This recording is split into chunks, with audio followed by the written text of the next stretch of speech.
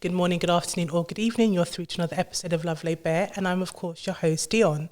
How have we been doing since last week? So, before I start, make sure you subscribe, share this video. Today, I'm going to be talking about the most, I think, in terms of self-care, one of the biggest things that I can say I've done to date is to walk away from my career.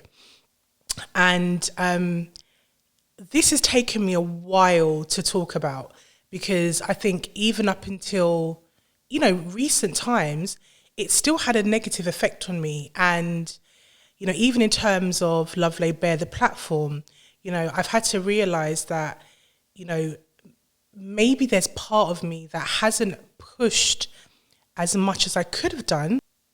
And that is because, of a lot of the pushback I got in my corporate career. So just to kind of get into it, I worked in the insurance industry, I think all in all, total about 14 to 15 years. So I started off at Churchill Insurance, nodding dog. I think I worked in home customer services, home insurance customer services, then went on to claims handling. From there, I was like, okay, underwriters can make a little bit of money, right? So I then decided to go into underwriting. So I ended up at a large UK firm, one of the biggest, and I worked in an engineering underwriting department. So we dealt with things like, machinery and, big contracts and stuff like that. So I was there for about, I think, 2 or 3 years. For the most part, it was okay, but I think within that industry, I tended to come across quite similar characters that didn't really seem to like me in particular too much.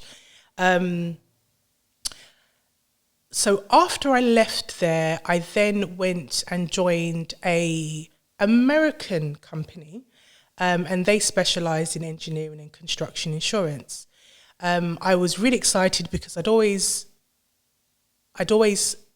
kind of envisaged me working in the city, having I was quite old school in the sense of like, I wanted the big, mahogany desk and, the skyline of the city and that type of thing. So I almost kind of manifested that role. So when I started, everyone was super friendly. I quickly realised that particularly within that industry, it's very much an old boys club type of style. So I think as a woman, and then particularly as a black woman, I had to try and blend in as much as I possibly could, and within reason, because I am a black woman, right? Now, I think where things probably started to go wrong for me, in hindsight, was that I didn't, at the time, terms like microaggressions and all these kind of things didn't really exist. So a lot of the behaviours that I noticed towards myself, at first I didn't quite understand what it was that I was particularly doing wrong. So I remember in my first week, a senior underwriter to me was checking some of my work, and she said that I had to change because it was wrong. So I said, oh, well, no, it's not, because, these types of things have to be inspected twice a year. And she said, no, they don't. And I said, well, no, they do, because I'd already been doing this job. So obviously I knew I was right. I didn't challenge her in an aggressive way or anything like that. But then it was later fed back to me that she was scared of me because I had challenged her. Now that really kind of made me go into myself a bit more, because I hadn't spoken to her aggressively. I wasn't even passive aggressive. I was just genuinely like, well, no, they need to be inspected twice a year, so we need to rate it accordingly. I remember at my year-end appraisal, and I was sitting there with 2 managers, and they said to me, well, one of them said to me, we kind of expected you to come in and shake up the place. Now, I'm a mere underwriting assistant at this point. I'm not quite sure what they expected me to do in terms of shaking up the place, if that makes sense. And why would you put that onus on me, someone who is a mere junior at that stage. I think at that time I was very ambitious, and I'd already tried to go for a promotion, which I didn't get, and I completely understood, but I was kind of determined that I'm going to work towards, getting this promotion, and this would be in a business development management role. And I remember in that appraisal, they said to me, we don't think you're quite ready yet. And I took it on the chin. Like, for me, it was just more a case of, at least I've tried, but going forward, I'm going to try again. I think for the most part, I was the only black female in that level role. I remember there was a lady who worked in admin. We had offices, I think we had like 4 different offices nationally. And, on visiting those offices, I soon realised that I was probably one of 3 black people in the whole company. The London office alone, there was probably about maybe 50 of us. It wasn't a small company. It wasn't the biggest, but it also wasn't small either. And I think at the time, I didn't expect any better, because that's just how things were kind of back then. Following that, like I said, I was very determined. I was like, look, I'm going to do what I need to do to, work my way up in this industry. And I was also very determined that, as I'm going around and I'm seeing brokers and stuff like that, there isn't a lot of black representation in these companies. So I was adamant that I was going to make my mark, and I was going to be the one. I was going to be the face of black insurance underwriters. That was going to be me. Until I got a new manager, and he was quite pleasant, I would say, up to a point, until I feel like he became my manager. And I think that is when the microaggressions started to really kind of come in. Just thinking off the top of my head, I remember there was one occasion where I think I'd been off sick because I had a burst cyst. So this was not too long after I'd got married, and I was off work for 2 weeks. I came back to work. This was like the end of December. So, like flu and everything is running rampant at that point. And I remember I was in the office and I was so ill, but I was obviously mindful that, I had already had 2 weeks of sick, probably about the month before. So I was mindful. So I remember I went to reception. I spoke to the lady that deals with booking the rooms. I said, are there any office rooms available? I just need half an hour just to, And she was like, yeah, this office is free. So I took my cough syrup, my cardigan, and then I sat in one of the meeting rooms just to kind of get myself together. So as I was in this office room, and I've got like my back face to the door, and I'm kind of looking out, over the kind of the London skyline. And I hear a door open behind me, and it was my old manager and some brokers. And then it was fed back to my boss that I was sleeping with a blanket in the meeting room.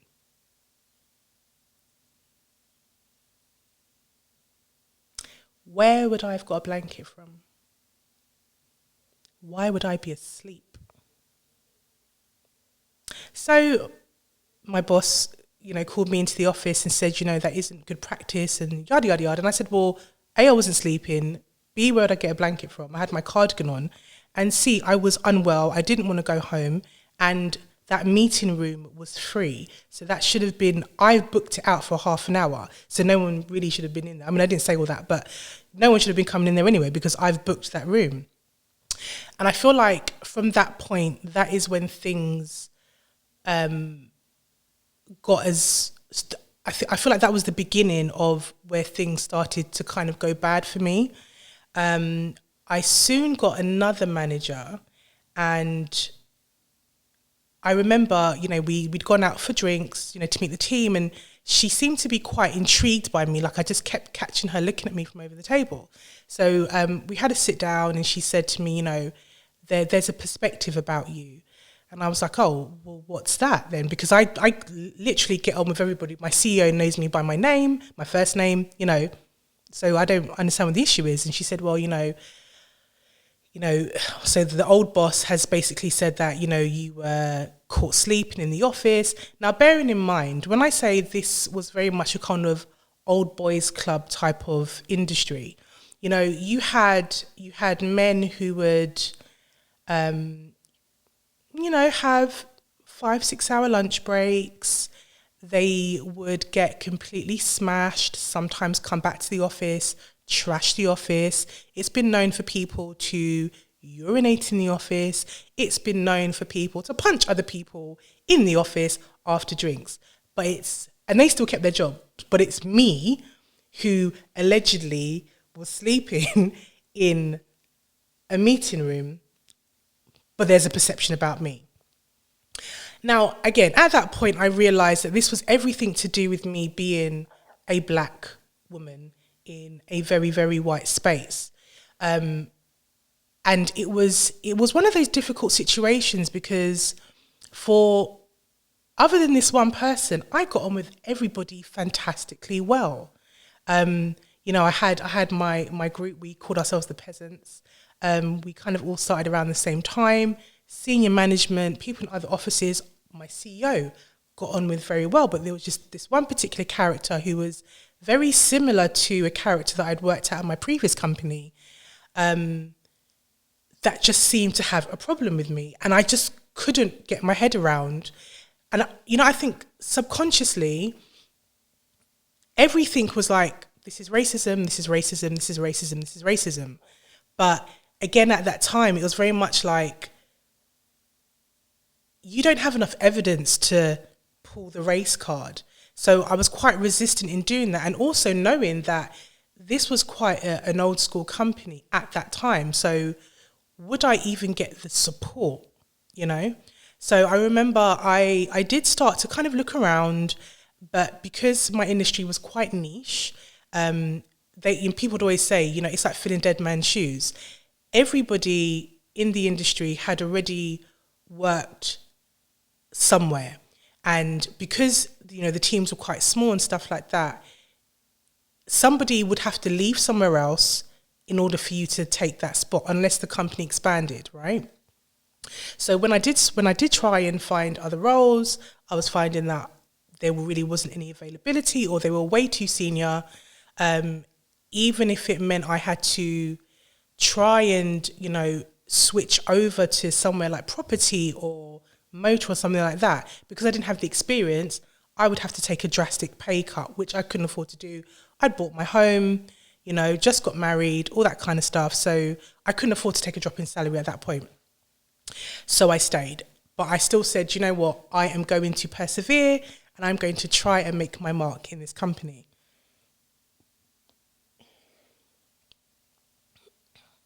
So my manager at the time, she was like, look, I'm going to work with you. We're going to change this perspective. And I was a bit like, in my head, I was like, this isn't fair, because I still don't understand what it is I've done. Like, what exactly have I done? But I said, okay, fine. So she did. We worked quite closely together. I was placed with a business development manager who had succeeded in the role that I didn't get. He and I worked fantastically well. We dealt with all the major accounts for the UK. And like I say, did really, really well. Then I recall there being a time where a vacancy came up. I can't remember if it was when the guy that I was working with was leaving, or was it before? I can't remember. I was there for so long. I can't really completely remember. But I remember a position came up, and again, I applied for it. I interviewed for it, and I didn't get it. So I was like, okay, fine. Well, what I'm going to do now is I'm just going to focus on being an underwriter. I'm not going to try and go into sales.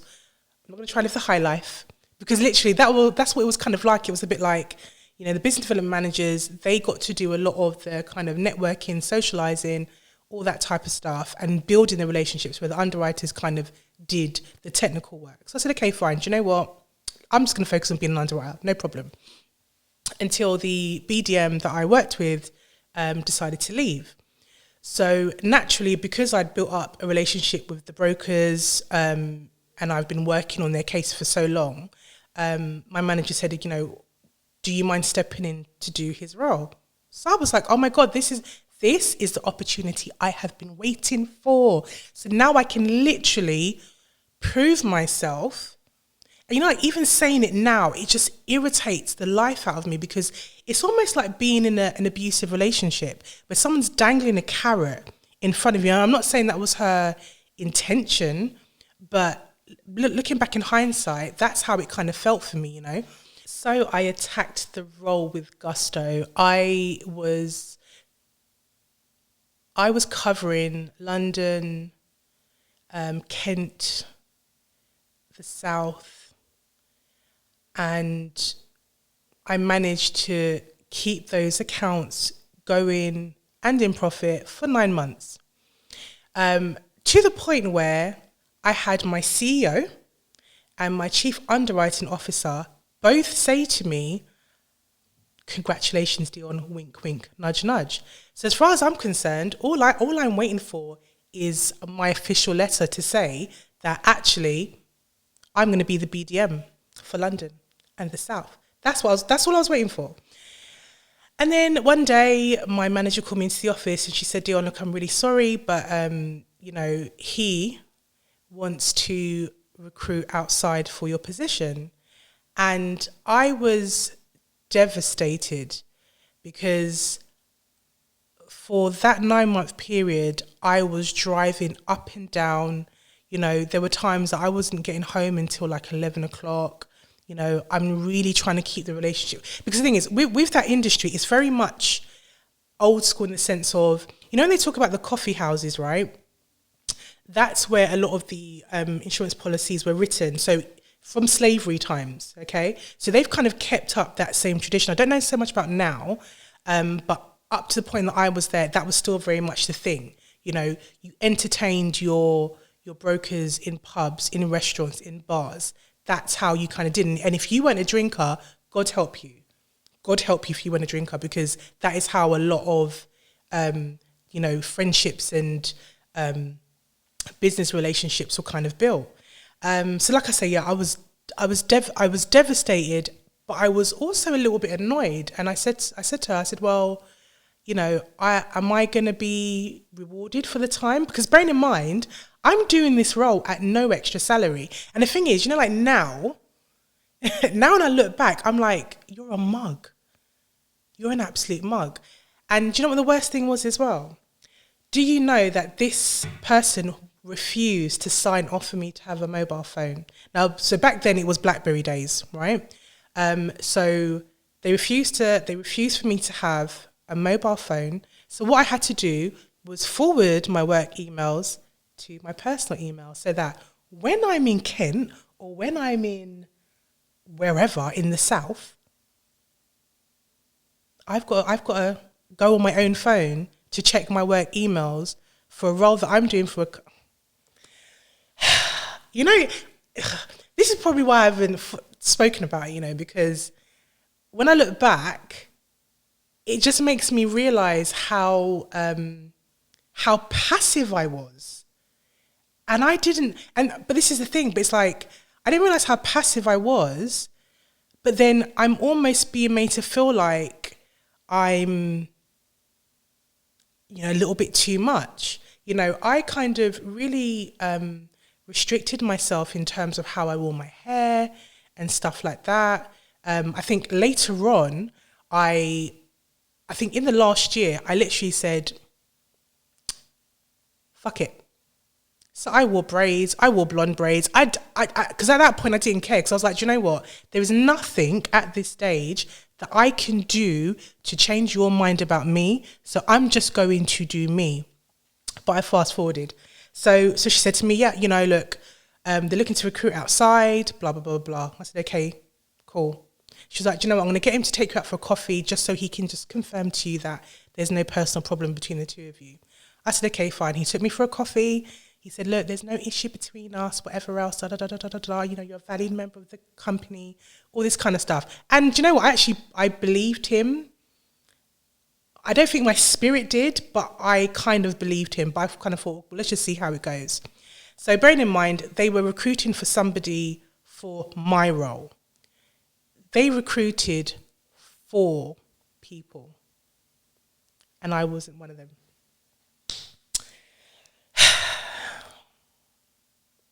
So I've been carrying these accounts for 9 months by myself, and it meant nothing.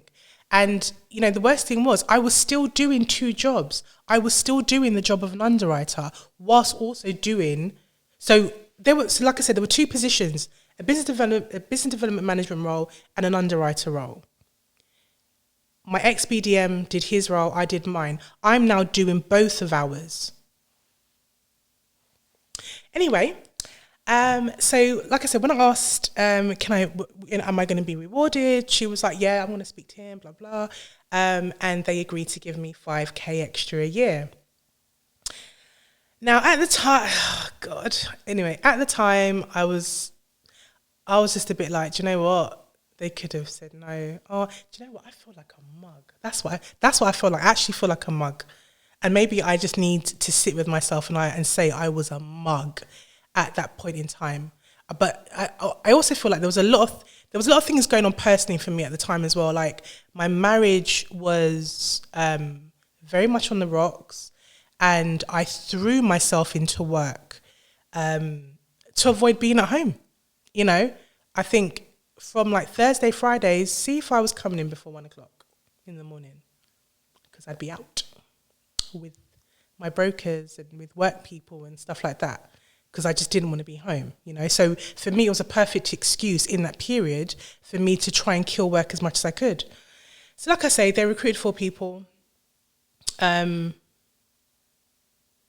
of them happened to be black, but I just don't know whether any black people applied for the position. They probably didn't.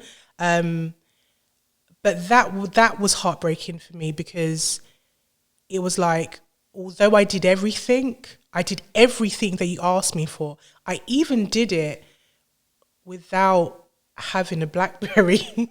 I know it sounds stupid, but it's like I managed to juggle 2 roles. I hadn't had any experience in sales to that capacity before. I still did it, but I still wasn't good enough to have a permanent position. Now, looking back in hindsight again, I just want to reiterate that this was very much, you know, an old boys type of network. And I think it's a case of what they wanted to see, particularly for such a large account, which is the London one, London and the South. They probably wanted someone who looked like them to represent them. I was going to say it's fine, but it's not fine, but whatever. So again, I decided, you know what, I'm just going to focus on being an underwriter again and try and build myself up in the industry that way. So then I believe at some stage we had like a restructure and all this kind of stuff. And I ended up working with someone who came from another company, and we kind of specialized in doing like really, really large residential contracts. So I'm talking about contracts worth like over 100 million sometimes. Like I have risk surveyed mainly a stately home, you know, one in particular, a billionaire type family, had a wonderful construction project. And this is the thing, it's like I had a very good time. This is the thing, it was like, again, it's like almost like an emotionally abusive relationship. You know, like people on the outside be like, oh my God, wow, your partner's so amazing, and they do this and they do that for you. Because, you know, I was going to the opera, I was going to like the most expensive restaurants in London. I was having fun, I was out drinking, you know. I remember one of my brokers took me out one afternoon. They came to me at 12 o'clock. We walked down to Tower Hill. We got a boat across the Canary Wharf. We were drinking on the boat. We got to Canary Wharf. We had some drinks in the bar. Then we went to Gaucho's, ate some food, drank some more there, went somewhere else, more drinks, got back on the boat, came back up to like London Bridge, and then we were in, I think it was a bar called, it might be called Simpsons or something. And I didn't leave there till 12 o'clock. So like I say, I had a very, very good time. I had, you know, like I said, I had a good friendship network. I made friends with people in Superdrug and, okay, maybe I'm saying too much. But I even had friends that I'd made, you know, in the pub downstairs, in, you know, the retail shops that are right next door. I actually enjoyed my job. But for me, it was like there was this one person that was determined that I was not going to succeed at this company. So like I said, I kind of pushed away my dream of being a business development manager, focused on underwriting. That was going well, no real problems. I think one thing I did notice was that some of the men in the team it happened maybe 2 or 3 times where they would blow up, but on me in particular. Now, like I said, remember, I'm like a very kind of like, I'm a very laid back kind of person. I'm not shouty. I don't like, my moods are very regulated. Like, I'm not someone who, I'm not someone that really gets angry, you know, and all that kind of stuff. Like, that's just not kind of me. And I'm not an annoying person either.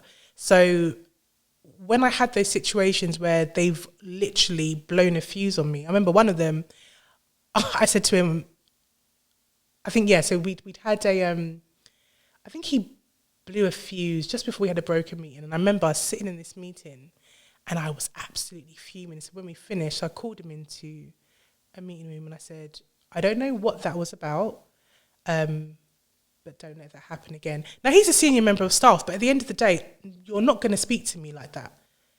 And again, I just kind of feel like, I remember speaking to one of my old therapists about this, and what she said to me was, she was like, you know, Dionne, at the end of the day, you know, you're confident, and some people aren't going to like that.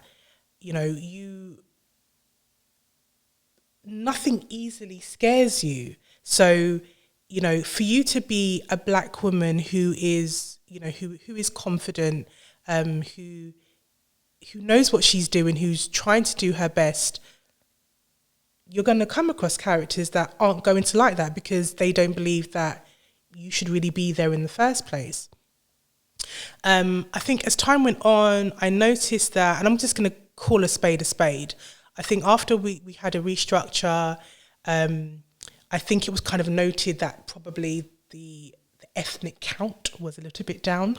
So I remember they recruited 2 black men, one in IT, and there was another one in marketing. This is the London office. And then I think a couple more got recruited up in the northern office. So I saw things like that and I was like, okay, well, I suppose at least you're trying. Okay. But that's fine. So yes, I think by this time I'd gone for 3 promotions, didn't get them. And then the final straw for me at that point was, so at this point, I have got my, you know, own kind of broker relationships going on. I'm working on, you know, I'm the underwriter for 2 of the biggest accounts for the UK. Let me look. I remember it was Christmas, so we're doing our usual, like, you know, the month of December, we're taking everyone out, you know, everyone, it's just lunches, dinners, that's all we're kind of pretty much doing along with work. And I remember we'd gone out with one particular broker who brought in a lot of revenue for us. And that boss came and joined us. And he said to me, he was like, oh, so what do you think, you know, we should aim for in terms of growth for next year? So I said, well, based on what we've done, I'm thinking about 25%. Based on like what our trajectory is and what we've done in the last year, I think we should probably go for 25% growth. And he laughed in my face. This was December. So come April, guess what? The goal was, it was 25%. But he laughed in my face. Now also, can I just add, at this point, the boss that I had that just didn't like me is now sitting on the board. So he's now worked his way up from being like a mere BDM to sitting on the board of the whole company. So I already know now I'm finished, like literally, because anything that needs to be signed off or squared, it's going to be him that's made a decision, going to make a decision. I've already proven myself several times that I'm more than capable to do certain roles. And even till now, you still will not sign off for me to get a mobile phone. So I threw my hands up and I just said, you know what, I'm going to do my work, have fun, and just not be here. That's how I'm going to cope until I find a new job. The most devastating thing, I will say that, you know, apart from all the promotion rejections, apart from me working my ass off for nearly a year, keeping the London accounts afloat, I'd had a miscarriage. So I was off work for, again, maybe something like 2 weeks. And I came back, I was very delicate. Very, very delicate. Not even feeling 100, but, you know, the show must go on. And my manager said, oh, Dionne, you know, can I have a quick word? You're in the office. I was like, oh, yeah, cool. So I thought she was going to talk about my sickness, but I know we'd already spoken about that. And I get led to a meeting room. I think it was upstairs, around the corner. And there is a lady sitting there with all these documents. Now, I'd never seen her before, but I was thinking, oh, is this HR? And I'm thinking, okay, I've only been off for 2 weeks. Like, it's not really that deep.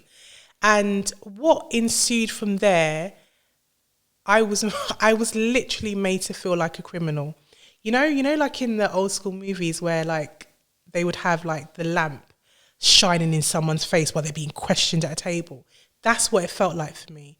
And basically I had been accused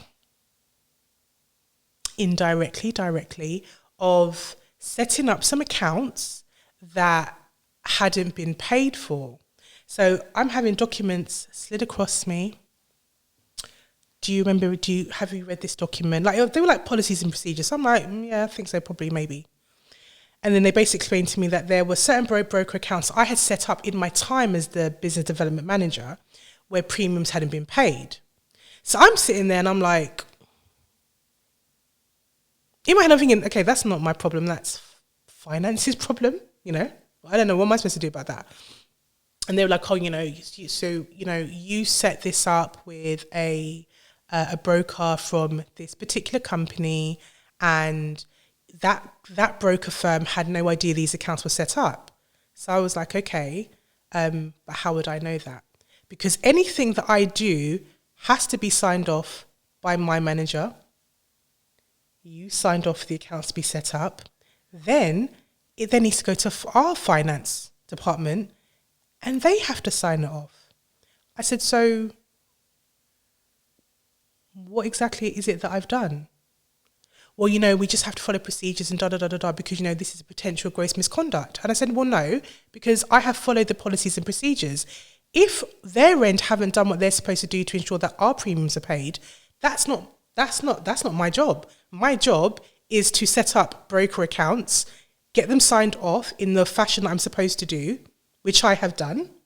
Manager, finance department, I've got email trails. Do you understand? Like, I'm not there putting in this information. I build the relationship. I write down the paperwork. It gets signed off by my manager. It gets signed off by finance, and they deal with it. But it was almost like they were trying to insinuate that,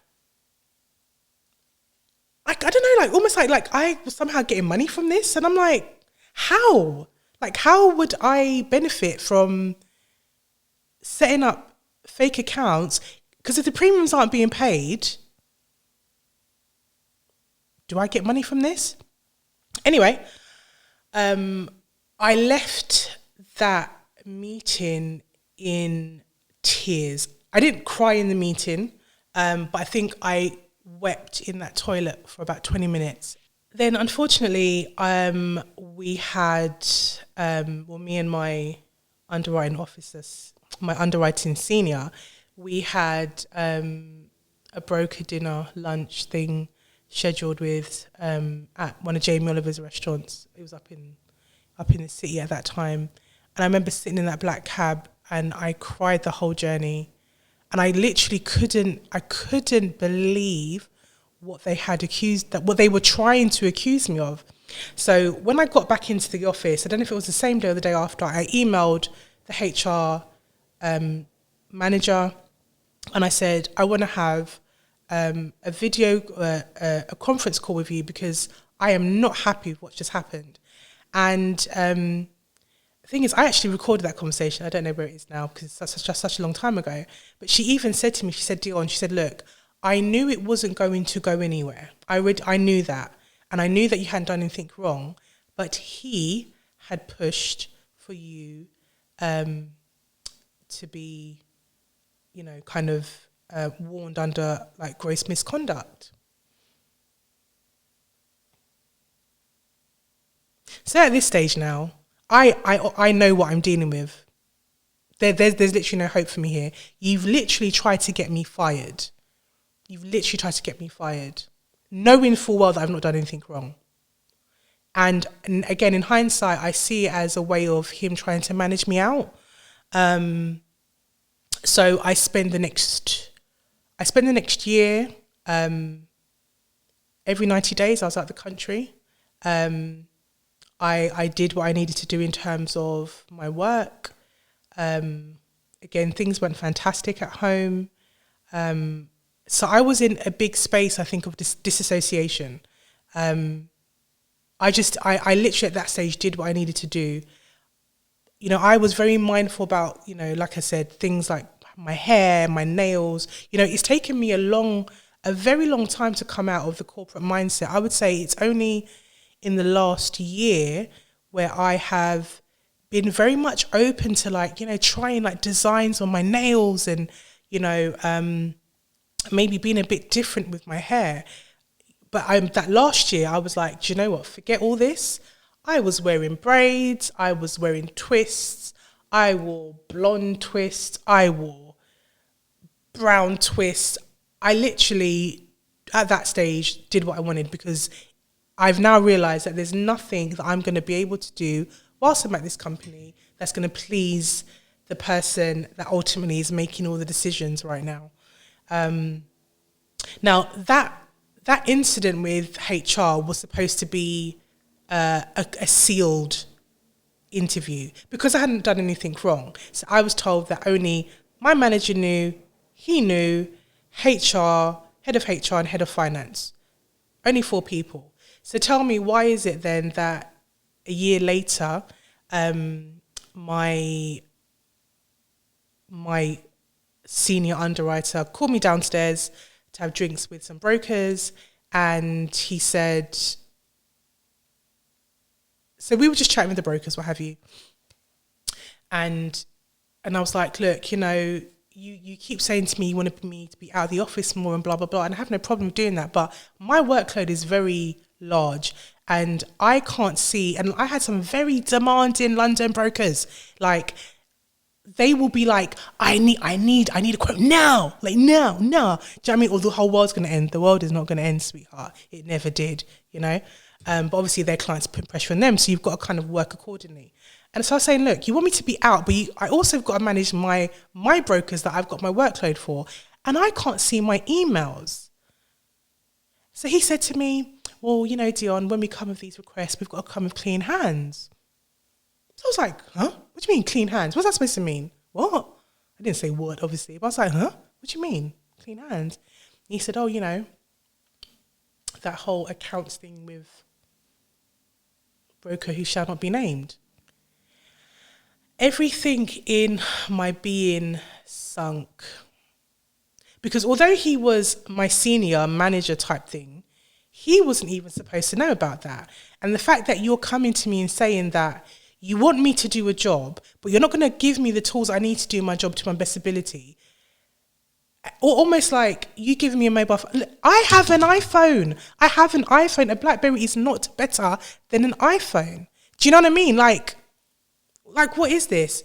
And I said, how do you know about that? And he said, oh, he told me. I said, okay. Do you mind if I leave early?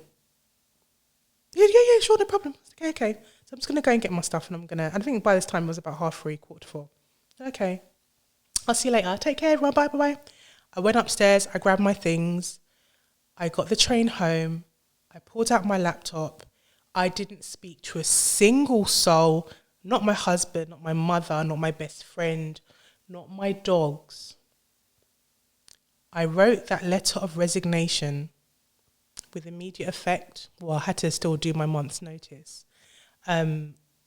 Straight away, got a call from my senior manager, and she was like, oh, wait, what's happened? And I said, I've had enough. I've actually had enough. She was like, is there anything? Nope, there's nothing you can do. Not interested. I'm gone. Now, for me, that was literally one of the most courageous things I've done to date. At the time, so when my ex-husband came home, and I was like, I've quit. And he was like, and I said, look, I can't do this anymore. And to be honest, he was actually really supportive. He was like, do you know what, Dee? I get it. Take your time. He's like, do you know what? Don't even look for a job for the next 3 months. Just chill. I'll handle everything. And I was like, thank you. Because, I was so, like when you're just so done. And the thing is, I'm telling you this now, had I stayed there, I probably would have become alcoholic. I probably would have got depressed. I was drinking so much at that time. It wasn't healthy. And I'd look at people who'd been in the industry for like 20 years, and you can see the drink and all that stuff creeping up on them. And I was like, I don't want to be that person, But yeah, I would definitely be depressed, probably have anxiety, and yeah, probably have a drink problem at that point. But I just physically couldn't do it anymore. I just couldn't do it. So I left. I left 2 days before the Christmas party. I wasn't allowed to go to the Christmas party, even though the accounts that I've been underwriting for made the most money out of the whole UK for that year, 2.5 million. Okay. Anywho, but I said, you know what? It's fine. Cool. It's fine. So my manager said to me, look, I'm going to mentor you until you get back into another role. I said, okay, that's fine, that's nice. So it got to like mid-January, and we met up for a coffee, I believe. Yeah, we met up for a coffee. And she was like, oh, so what roles have you been looking at? I said, oh, there's not really a lot around. I said, but I've seen this one and that one. And she was like, okay, well, there's this one particular broker that I just don't think you should go to. So I was like, oh, okay. I'm not going to say any names, but she was like, this is one particular broker you shouldn't go to because he has a very close relationship with the director. Now, I don't know what's wrong with me, but when she said that, I was just a bit like, oh, please. In my head, I was like, oh, whatever. Do you know what I mean? Like, it can't ever be that deep. Let me tell you, it was that deep. It was actually that deep. And this particular recruiter literally specialised in the industry that I did. So pretty much all of the roles came through that company. I applied for jobs. I called. I emailed. No response. And then it dawned on me that she wasn't joking. And I'm like, this man really doesn't like me. Like, this man, you've literally tried to block me out of the industry. You really don't like me. So that even then that took a toll on, my self-esteem, my self-validation, because I'm like, what is it that I did? What did I do? What did I do to deserve this? I didn't kill your cat, your dog. What did I do? Nothing. And it took me a while to finally accept that this is nothing other than pure racism, and I'm calling a spade a spade. I didn't feel like I could say that. I remember when I had my exit interview and the HR manager was like, oh, you know, your resignation letter was quite emotive. Like, do you want to talk about it? And I said, no, not really. I said, because whatever I say isn't going to be handled accordingly. So I'm just not going to really say anything more than, you know, what I've already said. Now, with that being said, I have no regrets at all about leaving, because actually my life is so fulfilled in other areas. And I remember there was a period of time where I had a life coach, and you know, she said to me, she's like, what does life look like for you? And I'm like, oh, you know, a bit of a hippie, you know, oh, I just want to be around trees and water, and you know, I still want to have a business, but I just don't want to be in the city. It just, you know, as much as from a child, I had aspired to be, particularly my teens, you know, I'd always aspired to drive an executive car. Like at the time it was like Jaguars, and I wanted a nice big desk overlooking, you know, the River Thames. I didn't get the brown desk, but I got a window desk overlooking the Thames. You know, I can see Tower Bridge and all that kind of stuff, all the boats passing by. Beautiful view. So it's like I manifested and got what I wanted, but it actually wasn't right for me, you know. And now I have found fulfillment in so many other areas that I know I wouldn't have got if I'd stayed there. Lovely Bear most definitely wouldn't be here. I don't even know if my daughter would be here right now had I not left that company, you know. So that was just a short little dose of Dionne that I wanted to share. One of many stories. But I think, you know, what I learned from that is, you know, you can walk away from things and things will still be okay. You'll be absolutely fine. And I was absolutely fine. I set up a business after that with my ex-husband. That was going well until it didn't go well. You know, then I had my daughter, and then, you know, I was just kind of doing things around, you know, to kind of keep me going and stuff. But even like when I've seen some people that I used to work with, and they're like, you look different. There's something about you. You're just happy. You've got like this happy glow. And I'm like, absolutely, I am. And there's no way I would have had that had I still been with that company. So, yes, guys, that was a bit of a mouthful today. But, you know, if you're in a similar situation and, you know, it's just not going where you need it to go. Sometimes, look, I'm a big believer in that energy flows where attention goes. And sometimes you may have to sacrifice for a bit. I'm not telling everyone to walk out of their jobs. That's not what I'm saying. But what I am saying is that if what you're doing is not bringing you an essence of joy, if you're waking up every morning, you're like, I don't want to do this, and it's really draining your soul, you need to go. You need to leave, find something else. If you can, take a few months off and start again. But you are worth more than your job. And that is a wrap. Good night. Thank you.